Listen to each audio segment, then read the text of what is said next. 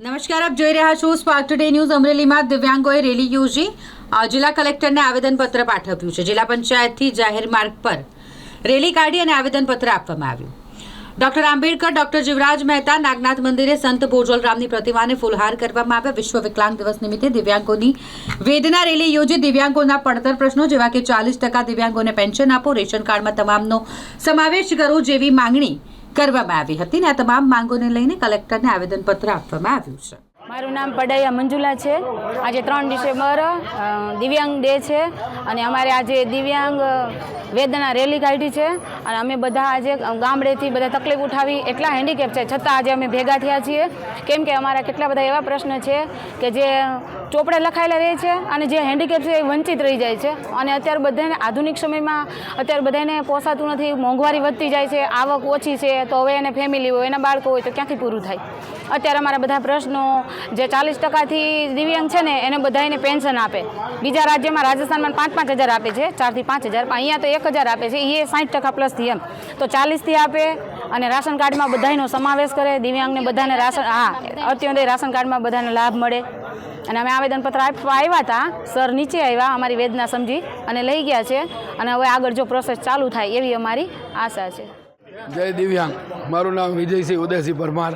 હું દિવ્યાંગ સેવા ચેરિટેબલ ટ્રસ્ટ ગુજરાત પ્રદેશ પ્રમુખ અને અમારી સાથે જોડાયેલી સંસ્થા મહિલા દિવ્યાંગ દીપ સેવા ચેરિટેબલ ટ્રસ્ટ અને અપંગ માનવ સેવા સંઘ દ્વારા અમે આજે વિશ્વ વિકલાંગ દિવસ નિમિત્તે એક રેલીનું આયોજન કરી અને કલેક્ટર સાહેબને અમારા પડતર પ્રશ્નોનું આવેદનપત્ર આપ્યું છે।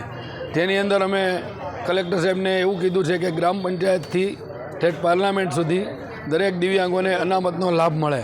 આ લાભ મળતો નથી।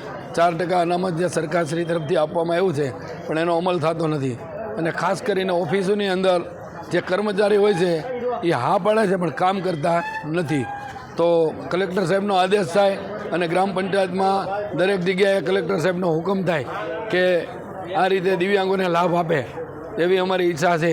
તો આ 3 ડિસેમ્બરના દિવસે જો કલેક્ટર સાહેબ આવો હુકમ કરે તો અમારા માટે ખૂબ ખૂબ કલેક્ટર સાહેબનો આભાર। મારું નામ ગંગલ હરેશ કાળુભાઈ છે।